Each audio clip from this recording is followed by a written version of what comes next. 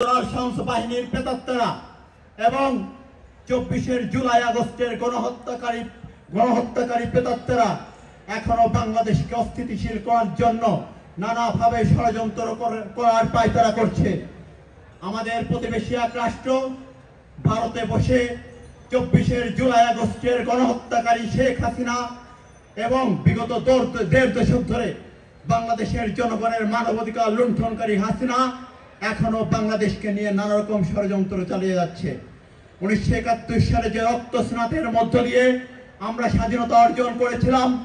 বাংলাদেশ জাতীয়তাবাদী ছাত্র দল, ঢাকা বিশ্ববিদ্যালয়ের প্রতিটি নেতাকর্মী 1971 সালের সেই মহান স্বাধীনতার চেতনায় একটি গণতান্ত্রিক সাম্য ও মানবিক মর্যাদা সম্পন্ন বাংলাদেশ বিনির্মাণের পথে এবং সর্বশেষ জুলাই আগস্টের গণঅভ্যুত্থানে বাংলাদেশ জাতীয়তাবাদী ছাত্র দলের শত শত নেতাকর্মীর প্রাণের বিনিময়ে আগামী দিনে সেই স্বপ্ন বাস্তবায়নের জন্য বাংলাদেশ জাতীয়তাবাদী ছাত্র দলের প্রতিটি নেতাকর্মী সাধারণ শিক্ষার্থীদের সাথে হাতে হাত মিলিয়ে কাঁধে কাঁধ মিলিয়ে 1971 সালের সেই মহান স্বাধীনতার যে চেতনা, সেই চেতনা বাস্তবায়নে